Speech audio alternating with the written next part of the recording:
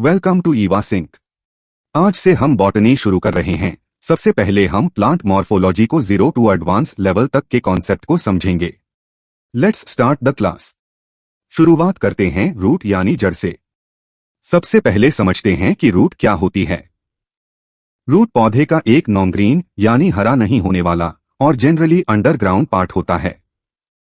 यह पौधे के सीड के रेडिकल यानी मूलांकुर बीज का वह भाग जिससे जड़ बनती है से डेवलप होती है। सिंपल लैंग्वेज में रेडिकल सीड का वह छोटा हिस्सा है जिससे आगे चलकर रूट बनती है। अब इसके दो इंपॉर्टेंट फीचर्स समझिए। पहला है जियोट्रोपिज्म यानी गुरुत्वानुवर्तन, गुरुत्वाकर्षण की ओर वृद्धि। रूट में पॉजिटिव जियोट्रोपिज्म पाया जाता है। इसका मतलब है कि रूट ग्रेविटी यानी गुरुत्वाकर्षण की डायरेक्शन में बढ़ती है यानी नीचे की ओर। दूसरा है फोटोट्रोपिज्म यानी प्रकाशानुवर्तन, प्रकाश की ओर वृद्धि। रूट में नेगेटिव फोटोट्रोपिज्म पाया जाता है, मतलब रूट लाइट से दूर बढ़ती है यानी जनरली अंधेरे या कम प्रकाश वाली डायरेक्शन में। अब एक बहुत इंपॉर्टेंट पहचान वाला पॉइंट, रूट में नोड्स और इंटर नोड्स नहीं पाए जाते, यानी रूट में पर्व और पर्वसंधियां एब्सेंट होती हैं। यहां नोड्स का मतलब होता है जहां से पत्ती या शाखा निकलती है और इंटर नोड्स का मतलब होता है दो नोड्स के बीच की जगह। यही एक इंपॉर्टेंट फीचर है जिससे हम रूट को स्टेम से अलग पहचान सकते हैं।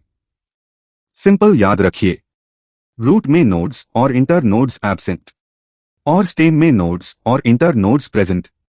बस इस बेसिक डिफरेंस को याद रखिए, आगे रूट की पूरी मॉर्फोलॉजी समझना बहुत आसान हो जाएगा। अब बात करते हैं जड़ के मेन फंक्शंस की। रूट का पहला इंपॉर्टेंट फंक्शन है एंकरेज यानी स्थिरीकरण। सिंपल वर्ड्स में जड़ पौधे को मिट्टी में मजबूती से पकड़कर रखती है ताकि पौधा आसानी से गिर न जाए। दूसरा फंक्शन है एब्सॉर्प्शन यानी अवशोषण। जड़ मिट्टी से वाटर और मिनरल्स यानी खनिज लवण को एब्जॉर्ब करके पौधे तक पहुंचाने में मदद करती है। तीसरा फंक्शन है स्टोरेज यानी संग्रहण। कुछ प्लांट्स में रूट्स एक्स्ट्रा फूड को स्टोर करके रखती हैं, जैसे कैरेट और रेडिश में रूट फूड स्टोरेज का काम करती है। तो याद रखिए, रूट के तीन मेन फंक्शंस एंकरेज, एब्जॉर्प्शन और स्टोरेज। नेक्स्ट समझते हैं क्लासिफिकेशन ऑफ रूट सिस्टम्स यानी जड़ों का वर्गीकरण। सबसे पहले आता है टैप रूट यानी मूसला जड़।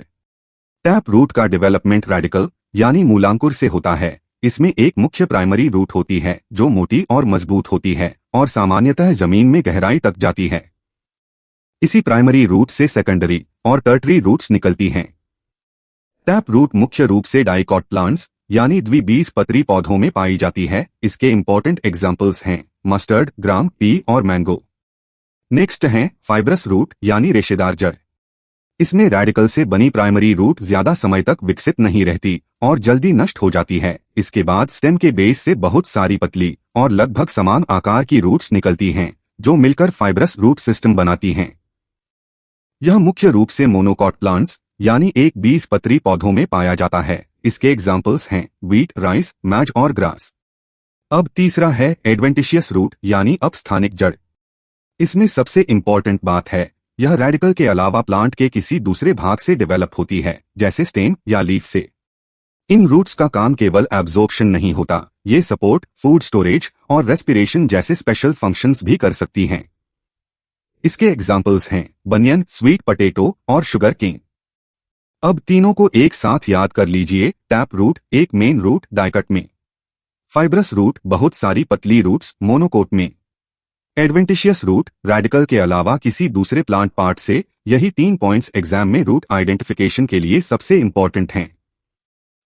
नेक्स्ट समझते हैं जड़ के अलग अलग रीजन्स को। रूट के टिप से ऊपर की तरफ मुख्य रूप से 4 रीजन्स पाए जाते हैं। सबसे नीचे होता है रूट कैप यानी मूल गोप। यह जड़ के टिप पर एक छोटी सी कैप जैसी स्ट्रक्चर होती है। जब जड़ मिट्टी में आगे बढ़ती है तो रूट कैप अंदर के डेलिकेट सेल्स की प्रोटेक्शन करती है। एक इंपॉर्टेंट एग्जाम पॉइंट हाइड्रोफाइट्स यानी एक्वाटिक प्लांट्स जैसे पिस्टिया और इकॉर्निया में रूट कैप की जगह रूट पॉकेट्स पाए जाते हैं। रूट कैप के ठीक ऊपर होता है मेरिस्टेमेटिक रीजन। यहाँ की सेल्स लगातार सेल डिवीजन करती हैं, यानी नई सेल्स बनती रहती हैं जिससे रूट की ग्रोथ शुरू होती है। मेरिस्टेमेटिक रीजन का मतलब ही होता है विभज्योतक क्षेत्र, जहां कोशिका विभाजन होता है। इसके ऊपर होता है इलॉन्गेशन रीजन, मतलब दीर्घीकरण क्षेत्र, लंबाई बढ़ने वाला हिस्सा। यहाँ सेल्स तेजी से लंबी होती हैं और इसी वजह से रूट की लेंथ बढ़ती है। और सबसे ऊपर होता है मैचुरेशन रीजन, परिपक्वन क्षेत्र।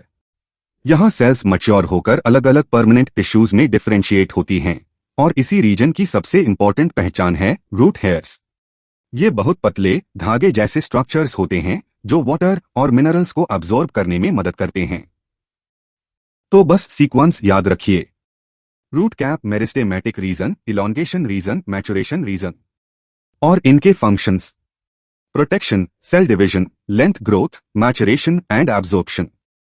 नेक्स्ट, रूट मॉडिफिकेशंस यानी जड़ों का रूपांतरण।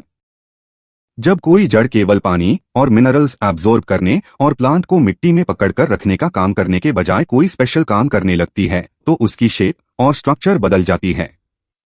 इसे रूट मॉडिफिकेशन कहते हैं। सबसे पहले आते हैं स्टोरेज रूट्स, यानी ऐसी जड़ें जो फूड स्टोर करती हैं। कॉनिकल रूट में रूट ऊपर से मोटी और नीचे की तरफ धीरे धीरे पतली होती है। इसका बेस्ट एग्जाम्पल है गाजर। फ्यूजीफॉर्म रूट बीच में मोटी होती है और दोनों एंड्स की तरफ पतली होती जाती है। इसका एग्जाम्पल है मूली। नेपीफॉर्म रूट ऊपर से बहुत मोटी और लगभग गोल होती है, जबकि नीचे का हिस्सा अचानक पतला हो जाता है। इसके एग्जाम्पल्स हैं टर्निप यानी शलजम और बीटरूट यानी चुकंदर। इसके बाद आती है ट्यूबर्स रूट या एडवेंटिशियस स्टोरेज रूट। यह एक ऐसी मॉडिफाइड रूट है जो फूड स्टोर करती है और इसका शेप इरेगुलर होता है। इसका इंपॉर्टेंट एग्जाम्पल है स्वीट पोटैटो यानी शकरकंद। नेक्स्ट टॉपिक है मैकेनिकल सपोर्ट रूट्स, यानी ऐसी रूट्स जो प्लांट को एक्स्ट्रा सपोर्ट देती हैं। प्रॉप रूट्स बड़ी ब्रांचेस से नीचे की तरफ निकलती हैं और जमीन में जाकर पिल्लर की तरह पेड़ को सपोर्ट देती हैं। इसका सबसे इंपॉर्टेंट एग्जाम्पल है बनियन यानी बरगद। स्टिल्ट रूट्स स्टेम के नीचे के नोड्स से निकलती हैं और तिरछी होकर मिट्टी में जाती हैं। ये प्लांट को सपोर्ट देती हैं। इसके एग्जाम्पल्स हैं मैज यानी मक्का और शुगर केन यानी गन्ना। अब लास्ट में आते हैं रेस्पिरेटोरी रूट्स, जिन्हें न्यूमेटोफोर्स यानी श्वसन मूल कहते हैं। ये रूट्स खासकर मैंग्रोव और स्वैम्पी एरियाज में मिलती हैं, जहां मिट्टी में ऑक्सीजन बहुत कम होती है। इसलिए ये रूट्स मिट्टी से ऊपर की तरफ निकलकर हवा से ऑक्सीजन लेने में मदद करती हैं। इनका इंपॉर्टेंट एग्जाम्पल है राइजोफोरा और सुंदरी ट्री। एग्जाम में बस ये कनेक्शन याद रखिए: carrot conical, radish fusiform, turnip beetroot napiform, sweet potato tubers, banyan prop root, maize sugarcane stilt root, Rhizophora pneumatophores. यही हैं रूट मॉडिफिकेशंस के सबसे इंपॉर्टेंट एग्जाम ओरिएंटेड पॉइंट्स। अब आते हैं कुछ कंफ्यूजिंग एग्जाम्पल्स और एक्सेप्शंस पर, जिन्हें एग्जाम में आसानी से ट्रैप क्वेश्चन बनाया जा सकता है, इसलिए इन्हें ध्यान से समझिए।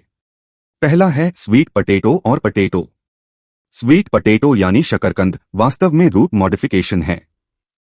यह एक मॉडिफाइड एडवेंटिशियस रूट है जिसमें फूड स्टोर होता है, लेकिन पोटैटो यानी आलू रूट नहीं बल्कि स्टेम मॉडिफिकेशन है। इसे स्टेम ट्यूबर कहते हैं। इसलिए याद रखिए स्वीट पोटैटो रूट, लेकिन पोटैटो स्टेम। अब दूसरा confusing group radish, carrot, turnip, onion और जिंजर। रेडिश, कैरट और टर्निप ये सभी टैप रूट मॉडिफिकेशंस के एग्जाम्पल्स हैं, मुख्य रूप से फूड स्टोरेज के लिए। वहीं अनियन, गार्लिक, जिंजर और टर्मरिक ये अंडरग्राउंड स्टेम मॉडिफिकेशंस हैं। Easy trick: radish, carrot, turnip root, onion, garlic, ginger, turmeric stem. ये छोटे छोटे डिफरेंसेस कॉम्पिटिटिव एग्जाम्स में बहुत यूजफुल हैं, इसलिए एग्जाम्पल्स को सिर्फ याद मत करो, पहचानना सीखो। कई बार एग्जाम में पूछा जाता है कि कोई स्ट्रक्चर रूट है या स्टेम, तो इसके लिए 4 पॉइंट्स याद रखिए। पहला, नोड्स और इंटर नोड्स। रूट में नोड्स और इंटर नोड्स नहीं होते, जबकि स्टेम में नोड्स और इंटर नोड्स क्लियरली प्रेजेंट होते हैं। दूसरा, बड्स यानी कलियां। रूट में बड्स नहीं होती, लेकिन स्टेम में बड्स प्रेजेंट होती हैं। तीसरा, जियोट्रोपिज्म। रूट पॉजिटिव जियोट्रोपिज्म दिखाती है, यानी ग्रेविटी की डायरेक्शन में ग्रो करती है, वहीं स्टेम नेगेटिव जियोट्रोपिज्म दिखाता है, यानी ग्रेविटी की अपोजिट डायरेक्शन में ग्रो करता है। चौथा, रूट कैप और रूट हेयर। रूट में रूट कैप और रूट हेयर पाए जाते हैं, जबकि स्टेम में ये नहीं होते। तो एक आसान तरीका याद रखो: root no node no bud, positive geotropism, root cap and hair. Stem, node, bud, negative geotropism, no root cap and hair. बस इन 4 डिफरेंसेस से एग्जाम में रूट और स्टेम को आसानी से आइडेंटिफाई कर सकते हो। अगर एग्जाम में पूछे कि चुकंदर, गाजर जड़ क्यों है, तना क्यों नहीं, तो सीधा कारण है इनमें नोड्स और इंटर नोड्स अनुपस्थित होते हैं। अब आते हैं पीवाईक्यूज और ट्रैप एमसीक्यूज पर। पहला पीवाईक्यू, इनमें से कौन सा रूट का एग्जाम्पल नहीं है? ऑप्शंस हैं कैरेट, पटेटो, रेडिश और टर्निप। सही आंसर है पटेटो यानी आलू, क्योंकि पटेटो एक मॉडिफाइड स्टेम है जिसे स्टेम ट्यूबर कहते हैं, जबकि कैरेट, रेडिश और टर्निप ये सभी रूट्स हैं। अगला सवाल, बनियन यानी बरगद के पेड़ से नीचे की तरफ लटकने वाली मोटी रूट्स को क्या कहते हैं? सही आंसर है प्रॉप रूट्स यानी अवस्तंभ मूल। ये रूट्स नीचे आकर खंभे की तरह सपोर्ट देती हैं, इसलिए इन्हें प्रॉप रूट्स कहा जाता है। क्वेश्चन, प्लांट्स में वाटर और मिनरल्स का एब्जॉर्प्शन रूट के किस रीजन से मेनली होता है? Options root cap, meristematic zone, elongation zone या मैचुरेशन जोन से। सही आंसर है मैचुरेशन जोन, क्योंकि इसी रीजन में रूट हेयर्स पाए जाते हैं और यही रूट हेयर्स वाटर और मिनरल्स को अब्सॉर्ब करने में इंपॉर्टेंट रोल निभाते हैं। ट्रिकी क्वेश्चन, राइजोफोरा में न्यूमेटोफोर्स किस टाइप का जियोट्रोपिज्म दिखाते हैं? सही आंसर है नेगेटिव जियोट्रोपिज्म, क्योंकि ये रूट्स जमीन के अंदर जाने के बजाय ऊपर की ओर निकलती हैं ताकि दलदली मिट्टी में ऑक्सीजन प्राप्त कर सकें। अब तक हमने रूट के सारे इंपॉर्टेंट कॉन्सेप्ट्स को समझा, अब हम स्टेम यानी तने को समझेंगे। सबसे पहले समझते हैं कि स्टेम होता क्या है। स्टेम पौधे का वह ऊपर की ओर बढ़ने वाला भाग है जो प्ल्यूम्यूल यानी प्रांकुर से विकसित होता है। इसी स्टेम पर पौधे की ब्रांचेस, लीव्स, फ्लावर्स और फ्रूट्स लगे होते हैं। अब इसका एक इंपॉर्टेंट कॉन्सेप्ट समझिए, जियोट्रोपिज्म यानी गुरुत्वानुवर्तन। स्टेम ग्रेविटी के अपोजिट डायरेक्शन में ग्रो करता है, यानी ऊपर की तरफ, इसलिए स्टेम का जियोट्रोपिज्म नेगेटिव होता है। अब आता है फोटोट्रोपिज्म यानी प्रकाशानुवर्तन। स्टेम लाइट की डायरेक्शन में ग्रो करता है, इसलिए स्टेम का फोटोट्रोपिज्म पॉजिटिव होता है। अब स्टेम को पहचानने का सबसे आसान तरीका क्या है? स्टेम पर आपको 3 इंपॉर्टेंट स्ट्रक्चर्स मिलेंगे, नोड्स, इंटर नोड्स, बड्स, कलिकाएं। यही स्टेम की मुख्य पहचान है। स्टेम का सबसे पहला काम है सपोर्ट यानी सहारा देना। यह पौधे की पत्तियों, फूलों और फलों को सहारा देता है और उन्हें सही पोजीशन में रखता है। दूसरा इंपॉर्टेंट काम है कंडक्शन यानी पदार्थों का संवहन। स्टेम में मौजूद जाइलम और फ्लोएम के थ्रू पानी, मिनरल्स और फूड का ट्रांसपोर्ट होता है। तीसरा काम है फोटोसिंथेसिस यानी प्रकाश संश्लेषण। कुछ हरे और छोटे तने जैसे ग्रीन स्टेम्स फोटोसिंथेसिस भी कर सकते हैं। और चौथा इंपॉर्टेंट काम है स्टोरेज और वेजिटेटिव प्रोपगेशन। कुछ मॉडिफाइड स्टेम्स में फूड स्टोर होता है जैसे पटेटो में, और कुछ मॉडिफाइड स्टेम्स से नए पौधे भी बन सकते हैं। तो स्टेम के मेन फंक्शंस याद रखिए, support, conduction, photosynthesis, storage and vegetative propagation. Next हम स्टेम, तने के मुख्य भागों को समझते हैं, यानी तने की स्ट्रक्चर। सबसे ऊपर आपको टर्मिनल बड यानी शीर्षस्थ कलिका दिखाई दे रही है। यह तने के ऊपर होती है और तने की लंबाई बढ़ाने में मदद करती है। अब आते हैं नोड पर। नोड तने का वह पॉइंट है जहां से पत्ती, शाखा या नई कली निकल सकती है। आसान भाषा में याद रखो, जहां से लीफ या ब्रांच निकलती है वह नोड है। अब 2 नोड्स के बीच की जगह को कहते हैं इंटर नोड, मतलब 2 नोड्स के बीच का डिस्टेंस इंटर नोड होता है। नेक्स्ट, बड यानी कली। बड एक छोटी और नई बनने वाली शूट होती है जो आगे चलकर पत्ती या शाखा बना सकती है। अगर बड तने के सबसे ऊपर होती है तो उसे टर्मिनल बड कहते हैं, और अगर बड पत्ती और तने के बीच के एंगल में होती है तो उसे एक्सिलरी बड यानी कक्षस्थ कलिका कहते हैं। तो पूरे डायग्राम को बस 3 चीजों से याद रखो। नोड, जहां से लीफ या ब्रांच निकलती है। इंटर नोड, 2 नोड्स के बीच की जगह। बड, नई शूट बनने वाली छोटी कली, और सबसे ऊपर वाली टर्मिनल बड तने की लंबाई बढ़ाने में मदद करती है। अब हम स्टेम मॉडिफिकेशंस को समझेंगे। इसका मतलब है जब स्टेम अपने नॉर्मल शेप से बदलकर किसी खास काम के लिए स्पेशल बन जाता है। स्टेम मॉडिफिकेशन के 3 मेन ग्रुप्स होते हैं। लेकिन पहले हम अंडरग्राउंड स्टेम मॉडिफिकेशंस यानी भूमिगत तना समझते हैं। इनका मेन काम होता है फूड स्टोर करना और पौधे को अनफेवरेबल सीजन में सरवाइव करने में हेल्प करना। इसके 4 इंपॉर्टेंट टाइप्स हैं, ट्यूबर, राइजोम, बल्ब और कोन। नंबर 1, ट्यूबर, स्तंभकंद। ट्यूबर स्टेम की अंडरग्राउंड ब्रांच का स्वोलन यानी फूला हुआ एंड होता है। इसकी सबसे इजी पहचान है आइज। पोटैटो में जो छोटे छोटे आइज दिखाई देते हैं वो एक्चुअली बर्ड्स वाले नोड्स होते हैं। Number 2, rhizome, प्रकंद। राइजोम जमीन के अंदर हॉरिजॉन्टली यानी साइडवेज ग्रो करता है। इसमें नोड्स और इंटर नोड्स क्लियरली दिखाई देते हैं। इस पर छोटे स्केल लीव्स भी पाए जाते हैं। इसके एग्जाम्पल्स हैं जिंजर, टर्मरिक और लोटस। तो याद रखो, rhizome underground plus horizontal growth. Number 3, bulb, शल्ककंद। बल्ब में स्टेम बहुत शॉर्ट और डिस्क लाइक होता है। इसके चारों तरफ फ्लैशी स्केल लीव्स होती हैं। ये फ्लैशी लीव्स फूड स्टोर करती हैं। इसके कॉमन एग्जाम्पल्स हैं अनियन और गार्लिक। याद रखो, बल्ब में short stem plus fleshy leaves. Number 4, corm, घनकंद।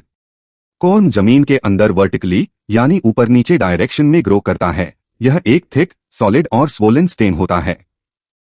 इसमें नोड्स पाए जाते हैं। इसके एग्जाम्पल्स हैं कोलोकेशिया, एमोर्फोफैलस और क्रोकस। Quick revision. अब चारों को एकदम इजी तरीके से याद करो। Tuber, potato, eyes. Rhizome, ginger, horizontal. Bulb, onion, fleshy leaves. Corm, colocasia, thick and solid stem. B, stem modifications का next type, subaerial stem modifications. इनका सबसे इंपॉर्टेंट काम है वेजिटेटिव प्रोपगेशन यानी बिना सीड के नए पौधे बनाना। इसमें स्टेम का कुछ हिस्सा जमीन के ऊपर या जमीन की सतह के पास ग्रो करता है और इसके कुछ पार्ट्स से नई रूट्स और नया प्लांट बन सकता है। इसके 4 मेन टाइप्स हैं, रनर, स्टोलन, सकर और ऑफसेट। नंबर 1, रनर, ऊपरी भूस्तारी। रनर एक ऐसा स्टेम है जो जमीन की सरफेस पर सीधा हॉरिजॉन्टल यानी आड़ा ग्रो करता है। इसके नोड से नीचे की तरफ रूट्स निकलती हैं और ऊपर की तरफ लीव्स निकलती हैं। यानी सिंपल वे में याद रखो, रनर जमीन पर दौड़ता है और नोड्स से नए प्लांट्स बनाता है। एग्जाम्पल्स हैं दूब ग्रास, सेंटेला, ऑक्जेलिस और स्ट्रॉबेरी। नंबर 2, स्टोलन, भूस्तारी। स्टोलन में स्टेम की एक साइड ब्रांच पहले थोड़ी ऊपर की तरफ ग्रो करती है, फिर यह आर्च यानी मेहराब जैसी शेप बनाकर नीचे आती है और जब जमीन को टच करती है तो वहां नई रूट्स बन जाती हैं। यानी स्टोलन को ऐसे याद रखो, पहले ऊपर उठता है फिर नीचे आकर जमीन को टच करता है। इसके एग्जाम्पल्स हैं मिंट और जस्मीन। नंबर 3, सकर, अंतः भूस्तारी। सकर में मेन स्टेम का एक हिस्सा जमीन के अंदर हॉरिजॉन्टल डायरेक्शन में ग्रो करता है, फिर कुछ डिस्टेंस के बाद यह तिरछा होकर ऊपर की तरफ निकल आता है और बाहर निकलने के बाद इससे एक नया प्लांट बन सकता है। सिंपल ट्रिक, सकर पहले जमीन के अंदर जाता है फिर बाहर आकर नया प्लांट बनाता है। इसके एग्जाम्पल्स हैं बनाना, पाइनएप्पल और क्राइसेंथेमम। नंबर 4, ऑफसेट, भूस्तारिका। ऑफसेट एक छोटा और मोटा रनर होता है। यह मेनली एक्वाटिक यानी पानी में रहने वाले प्लांट्स में पाया जाता है। इसके एक नोड पर लीव्स का छोटा गुच्छा और रूट्स का गुच्छा होता है, इसलिए ऑफसेट को ऐसे याद रखो, छोटा मोटा रनर प्लस पानी वाला प्लांट। एग्जाम्पल्स हैं वाटर हाइसिंथ और पिस्टिया। Quick revision. अब चारों को एक बार बहुत इजी तरीके से याद करते हैं। रनर जमीन पर हॉरिजॉन्टल चलता है। स्टोलन ऊपर उठता है, आर्च बनाता है और फिर जमीन को टच करता है। सकर जमीन के अंदर जाता है और फिर तिरछा होकर बाहर निकलता है। ऑफसेट छोटा और मोटा रनर जो एक्वाटिक प्लांट्स में मिलता है। और इन सभी का मेन पर्पस है वेजिटेटिव प्रोपगेशन यानी नए प्लांट्स बनाना। नेक्स्ट, एरियल स्टेम मॉडिफिकेशंस यानी ऐसे स्टेम मॉडिफिकेशंस जो स्टेम के ऊपर दिखाई देते हैं। इनका मेन पर्पस है क्लाइंबिंग में हेल्प करना, प्रोटेक्शन देना और फोटोसिंथेसिस करना। फर्स्ट है स्टेम टेंड्रिल। इसमें स्टेम की एक्सिलरी बड एक पतली स्प्रिंग जैसी स्ट्रक्चर में बदल जाती है। यह टेंड्रिल किसी सपोर्ट को पकड़कर प्लांट को ऊपर चढ़ने में हेल्प करती है। इजी एग्जाम्पल याद रखो, गॉड फैमिली जैसे लौकी, कद्दू और खीरा। और दूसरा एग्जाम्पल है ग्रेप वाइन यानी अंगूर। सेकंड है स्टेम थॉर्न। इसमें एक्सिलरी बड एक हार्ड, सीधा और पॉइंटेड स्ट्रक्चर बन जाती है। इसका मेन काम है प्रोटेक्शन, यानी एनिमल्स प्लांट को आसानी से खा न सकें। इसके एग्जाम्पल्स हैं सिट्रस जैसे नींबू और संतरा और बोगनवेलिया। थर्ड है फिल्लोक्लेड। यह मॉडिफिकेशन मेनली ड्राई या डेजर्ट एरियाज में देखने को मिलता है। ऐसे प्लांट्स में लीव्स बहुत छोटी होकर स्पाइन्स यानी कांटों में बदल जाती हैं, इससे वाटर लॉस कम होता है। और यहाँ एक इंपॉर्टेंट पॉइंट है, स्टेम ग्रीन और फ्लैशी हो जाता है और लीव्स की तरह फोटोसिंथेसिस करता है। इसका एग्जाम्पल है ओपनशिया यानी नागफनी। एक और एग्जाम्पल है यूफोर्बिया। तो इसे एक लाइन में याद रखो, स्टेम टेंड्रिल क्लाइंबिंग के लिए, स्टेम थॉर्न प्रोटेक्शन के लिए, फिल्लोक्लेड वाटर सेविंग और फोटोसिंथेसिस के लिए। अब हम सीखेंगे कि स्टेम और रूट मॉडिफिकेशन को पहचाने कैसे। हालांकि इसे हमने ऊपर समझा था, बस एक बार क्विक रिवीजन कर लेते हैं। बस एक सिंपल रूल याद रखो, स्टेम को पहचानने का रूल है नोड्स, इंटर नोड्स और बड्स। अगर किसी मॉडिफाइड ऑर्गन में नोड, इंटर नोड या बड दिखाई दे तो वह स्टेम मॉडिफिकेशन हो सकता है। जैसे आलू। आलू को हम स्टेम मानते हैं क्योंकि इसके ऊपर जो आइज दिखाई देती हैं वे एक्चुअली एक्सिलरी बड्स होती हैं। ये बड्स नोड की जगह पर होती हैं, इसीलिए आलू को जमीन में लगाने पर इन्हीं आइज से नया पौधा निकल सकता है। नेक्स्ट स्वीट पोटैटो यानी शकरकंद। शकरकंद रूट है क्योंकि इसमें नोड्स, इंटर नोड्स या आइज नहीं होते। यह एक एडवेंटिशियस रूट का स्वोलन यानी फूला हुआ फॉर्म है। नेक्स्ट जिंजर यानी अदरक। अदरक स्टेम है क्योंकि इसमें नोड्स और इंटर नोड्स साफ दिखाई देते हैं, यानी इसमें स्टेम के इंपॉर्टेंट फीचर्स मौजूद हैं। अब आखिरी और बहुत इंपॉर्टेंट एग्जाम्पल बोगनवेलिया और ओपनशिया के कांटे। बोगनवेलिया का थॉर्न एक स्टेम मॉडिफिकेशन है क्योंकि यह एक्सिलरी बड से बनता है, लेकिन ओपनशिया का स्पाइन एक लीफ मॉडिफिकेशन है। यह पत्ती का मॉडिफाइड फॉर्म है और इसका मेन काम वाटर लॉस कम करना है। नेक्स्ट टॉपिक, स्टेम के दो इंपॉर्टेंट एक्सेप्शंस और एग्जाम फैक्ट्स समझते हैं। पहला है केला। केले में जो हमें बाहर से मोटा और बड़ा तना दिखाई देता है वह असली स्टेम नहीं होता। इसे स्यूडो स्टेम यानी झूठा तना कहते हैं। यह कई पत्तियों के लीफ शीट्स यानी पत्तियों के नीचे वाले हिस्सों के आपस में लिपटने से बनता है। केले का असली स्टेम जमीन के नीचे होता है और इसे राइजोम कहा जाता है। एग्जाम में याद रखें, बनाना का दिखाई देने वाला मोटा हिस्सा स्यूडो स्टेम है और असली स्टेम राइजोम है। अब दूसरा important fact, terror of Bengal. Water hyacinth यानी जलकुंभी पानी में बहुत तेजी से फैलती है। यह ऑफसेट के द्वारा तेजी से नए पौधे बनाती है। जब जलकुंभी बहुत ज्यादा फैल जाती है तो यह पानी की सरफेस को ढक लेती है। इससे पानी में डिसोल्व्ड ऑक्सीजन यानी पानी में घुली हुई ऑक्सीजन कम हो जाती है। ऑक्सीजन कम होने के कारण पानी में रहने वाली मछलियां और दूसरे एक्वाटिक एनिमल्स मर सकते हैं। इसी वजह से वाटर हाइसिंथ को टेरर ऑफ बंगाल कहा जाता है। अब देखते हैं कुछ इंपॉर्टेंट प्रीवियस ईयर क्वेश्चंस यानी PYQs। क्वेश्चन 1, आलू किसका एक रूपांतरित रूप है? ऑप्शंस हैं रूट, फ्रूट, स्टेम, तना और पत्ती।